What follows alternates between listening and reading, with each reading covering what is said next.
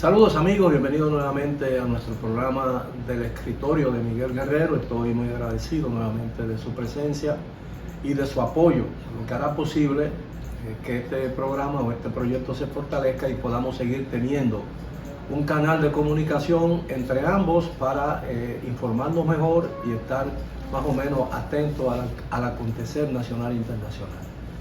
En el día de hoy yo quiero referirme a un tema que tendrá necesariamente que seguir acaparando la atención nacional. Se trata de la situación crítica en las relaciones entre Haití y la República Dominicana. Y por primera vez en muchos años, esa situación crítica en las relaciones entre los dos países no envuelve necesariamente a los dos países. Es un problema que ha sido generado por la inestabilidad política, social y económica que existe en el estado vecino, y eso ha hecho que la República Dominicana se vea precisada a tomar decisiones que en la zona fronteriza que controle la situación e evite que el trauma que está sacudiendo a la nación haitiana se traslade como ocurre normalmente cuando hay una pandemia a la República Dominicana. De manera pues que yo creo que es una situación muy delicada que evidentemente escapa al control de las autoridades dominicanas, y como no hay un interlocutor válido del otro lado de la frontera, es muy difícil que podamos encontrar soluciones bilaterales para resolver el problema y tranquilizar las tensiones que hoy están sacudiendo y estremeciendo esa frontera tan vulnerable como ha sido siempre. Es evidente que a pesar de las enormes tensiones que prevalecen hoy en toda la zona fronteriza, desde el sur hasta el norte, 348 kilómetros aproximadamente en todo el trayecto de un extremo a otro de la frontera, no ha sido la peor de las situaciones que hemos confrontado y está muy lejos de parecerse a la crisis de 1963, abril-mayo de 1963, cuando Haití y la República Dominicana estuvieron al borde de una confrontación bélica. Como consecuencia de la decisión violenta del presidente y dictador de entonces de Haití, François Duvalier, mejor conocido como Papa Doc, que ocupó violentamente con su ejército la embajada dominicana en Puerto Príncipe, bajo el supuesto de que un oficial del ejército haitiano que se había refugiado en la embajada era responsable de una conspiración en el que se intentó asesinar o secuestrar a sus dos hijos, Simón, la mayor, y Jean-Claude, que luego fue presidente vitalicio de Haití tras la muerte del presidente Duvalier. Bueno, en esa oportunidad hubo un rompimiento de relaciones entre los dos países, el tema llegó a la OEA, hubo una reunión y evidentemente los dos países estuvieron a un tris de irse a la guerra. Esa no es la situación de ahora. La situación de ahora podría ser peor todavía porque en aquella oportunidad había un gobierno con suficiente poder para controlar del otro lado de la frontera la situación que allí se pudiera producir. En esta oportunidad no hay un gobierno realmente legítimo ni fuerte que sea capaz de controlar las bandas que tienen bajo control todas las actividades económicas, sociales y políticas del vecino estado. Ahora aparentemente se está buscando una solución con la llegada de tropas y fuerzas de otros países enviados de los Estados Unidos y Canadá para tratar de crear un ambiente pacificador que le ponga fin al dominio de las bandas en las calles y ciudades haitianas y que realmente fortalezcan y le den estabilidad a un gobierno que pueda en el corto o mediano plazo reencaminar a Haití por un sendero de tranquilidad y un sendero de ordenamiento que le permita a Haití recuperar todo lo que ha perdido a lo largo de muchos años de inestabilidad política y social. Eso es una buena noticia para la República Dominicana, que ha tomado decisiones muy importantes a lo largo de la frontera de este lado para evitar que haya un desborde de la situación haitiana que provoque una afluencia masiva fuera del control de nuestras autoridades de inmigrantes ilegales haitianos que traten de buscar refugio y seguridad de este lado de la frontera. Ese es un tema y aparentemente se está manejando con mucha prudencia de este lado de la frontera. El país ha tomado decisiones importantes en cuanto al fortalecimiento de la seguridad de este lado nuestro, ¿no?, de la frontera, para evitar que choques y avalanchas de inmigrantes ilegales masivas puedan perturbar y establecer o crear un caos que pueda trastornar incluso la estabilidad de la República Dominicana. Pues, se está construyendo un muro que a una velocidad que quizás sea inferior a la que todo el mundo se imaginaba o todo el mundo quiere. No se ha dado una fecha definitiva de la terminación de ese muro. Hay todavía muchos elementos que no han sido divulgados con relación al tamaño, la intensidad, el recorrido de ese muro por la frontera. Y todo eso está todavía bajo un hermetismo de las autoridades. De todas maneras, el presidente Luis Abinader ha anunciado públicamente la compra de armamento más o menos sofisticado para garantizar y elevar el nivel de seguridad dominicano desde este lado de la frontera. Así que creo que ese es un tema sumamente importante que tenemos que encarar con la responsabilidad que el caso amerita. Vamos a hacer una breve pausa y cuando regresemos yo voy a seguir abordando este tema desde otra perspectiva, la perspectiva de que el país tiene que tomar ya otro tipo de medidas para controlar la masiva y creciente inmigración haitiana que ya desde hace muchos años desbordó la capacidad dominicana para asimilarla. Regresamos después de la pausa.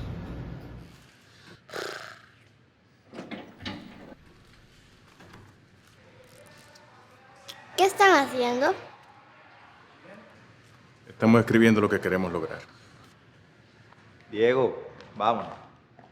El conflicto bélico se extiende ya por tercer mes. El gobierno local sigue pidiendo ayuda. Let me go. I don't wanna be your hero. I don't wanna be a big man. I just wanna fight with everyone else. Your masquerade. I don't wanna be a part of your parade. Everyone deserves a chance to walk with everyone else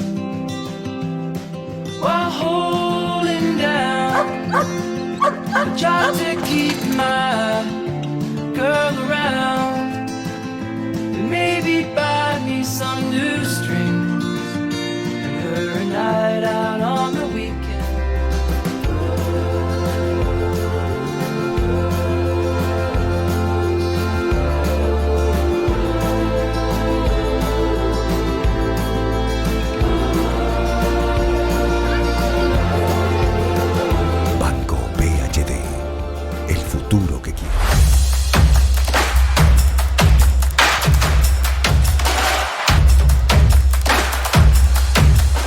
Bien, estamos de regreso en nuestro programa del escritorio de Miguel Guerrero. En el primer segmento le hablaba o le hacía un enfoque general de la situación prevaleciente hoy en día en la frontera y del peligro que un estallido de cualquier naturaleza social, especialmente en Haití, pueda generar una avalancha mayor que la que todavía o la que hasta ahora conocemos de inmigrantes ilegales buscando refugio y oportunidades de este lado de la frontera que no encuentran en su país Haití. Esa es una posibilidad, que nadie la descarta por la situación reinante allí. Afortunadamente se están tomando medidas del otro lado para tratar de aquietar las aguas, controlar las acciones de las bandas paramilitares que han estado dominando la escena política, social y económica de Haití. Y todo parece indicar que Haití podría encaminarse en el corto o mediano plazo por otro sendero. Un sendero que pudiese ayudar a tranquilizar la zona fronteriza de ambos lados y crear condiciones para que las relaciones dominico-haitianas se desarrollen en un ambiente de mayor tranquilidad y de mayores oportunidades para ambas partes. Pero yo creo que hay una pregunta que tenemos que formularnos todavía, aparentemente para la cual no hay todavía una respuesta, ni oficial ni extraoficial. Y es la siguiente: ¿cuántas personas realmente, cuántos ilegales haitianos residen en la República Dominicana? ¿Cuántos están aquí? ¿Y cuántos necesita realmente la economía dominicana? ¿A qué nivel real de dependencia existe en la República Dominicana, la economía dominicana tiene de esa inmigración ilegal? que acapara las oportunidades de trabajo en la agricultura, en la ganadería, en la industria de la construcción, en los mercados y en muchas otras actividades donde se ha ido produciendo un desplazamiento gradual y firme que hoy prácticamente nos asombra. Hoy en día vemos la cara de ese desplazamiento que nos negamos a ver en la medida en que esa cara se iba creando, ¿no? Y en la medida en que esa situación iba creciendo, no le damos mucha importancia a establecer si realmente estábamos llegando a un límite de esa inmigración ilegal y que si había llegado ya el momento de tomar medidas drásticas para detenerla. Yo creo que ese momento llegó y la República Dominicana no puede titubear con relación a las medidas que tienen que ser tomadas. ¿Cuántos haitianos hay ilegales en la República Dominicana? ¿1,5 millones? ¿2 millones? ¿2,5 millones? ¿3 millones y medio? Como dice mucha gente. Bueno, es imposible establecer realmente una cantidad, pero es evidente que esa cantidad supera más del 15% de la población dominicana. Y es una minoría a la que la comunidad internacional le atribuye derechos que no tienen muchos dominicanos, para ser sinceros, como es el caso derecho al trabajo, derecho a una seguridad, derecho a asistencia sanitaria, que la República Dominicana no le ofrece con plena seguridad a todos los dominicanos. Esa es una realidad que no está sujeta a discusión alguna. Entonces yo creo que la República Dominicana tiene que sentarse. Las fuerzas vivas de la nación, los partidos políticos, el liderazgo nacional tiene que sentarse a establecer realmente cuán importante es esa inmigración ilegal. ¿Qué actividades económicas de la República Dominicana necesitan de esa inmigración ilegal? ¿Qué cantidad de esa inmigración ilegal estamos obligados a tener, a mantener, a preservar para evitar un descalabro de la actividad económica de la República Dominicana? Cosa que yo nunca he creído, que esa dependencia existe. Esa dependencia existe porque ciertas actividades económicas han encontrado en esa inmigración ilegal una reducción de costos y un nivel de ganancia mayor que no tendrían en el caso hipotético de que tuvieran que emplear a trabajadores dominicanos. Primero porque tendrían que pagar todo lo que se tiene que pagar en términos de bonificación, salario, seguridad social, etcétera, etcétera, etcétera. De manera pues que yo creo que si la economía dominicana y los agentes económicos en cualquier área de la actividad económica y de negocio concediera condiciones óptimas al trabajador dominicano, la dependencia de esa inmigración ilegal disminuyera dramáticamente. De manera pues que yo creo que esa es una tarea pendiente y es una tarea que no solamente concierne al gobierno dominicano, pero la pregunta es quién le pone el cascabel al gato, es decir, quién realmente asume la responsabilidad para establecer esa necesidad o ese orden que la economía dominicana está reclamando y que la sociedad dominicana está reclamando. Naturalmente la iniciativa tiene que ser tomada por el gobierno y la responsabilidad que le compete a los partidos políticos y al liderazgo nacional en todos los órdenes de las actividades económicas, sociales y políticas tendrían que asumir su cuota de responsabilidad y endosar cualquier posición o cualquier medida que en ese sentido sea necesario adoptar por el bien de la tranquilidad de ambos países.